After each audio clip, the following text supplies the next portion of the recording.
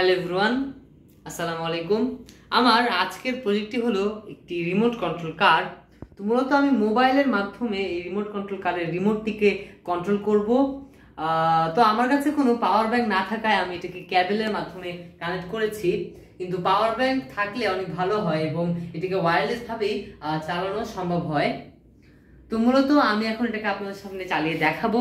তো সর্বপ্রথম দেখিয়ে নিই, আমি মোবাইলে একটি অ্যাপ নামিয়েছি, ইজিয়ার স্টাডি লাইট, এবং এর মাধ্যমে আপনারা দেখতে পাচ্ছেন একটি কন্ট্রোলার এসেছে এবং এই কন্ট্রোলারের মাধ্যমে মূলত আমি এই গাড়িটাকে চালাবো।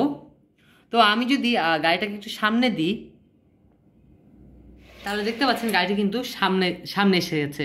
এখন আমি যদি আবার এই গাড়িটিকে পিছনে দিই, তাহলে দেখতে পাচ্ছেন আবার কিন্তু পিছনে চলে গেছে। এভাবে আমরা ডানে বামে যে কোনো দিকেই কিন্তু গাড়িটিকে কন্ট্রোল করতে পারি।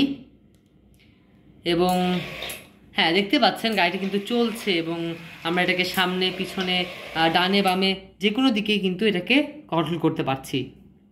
তো মূলত আমি রিমোট কন্ট্রোল কারটি একটি কার্ডবোর্ড এবং কিছু চাকা লাগিয়ে তৈরি করেছি।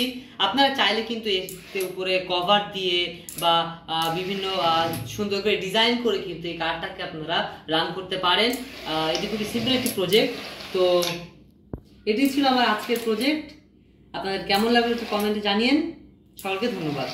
আসসালামু আলাইকুম।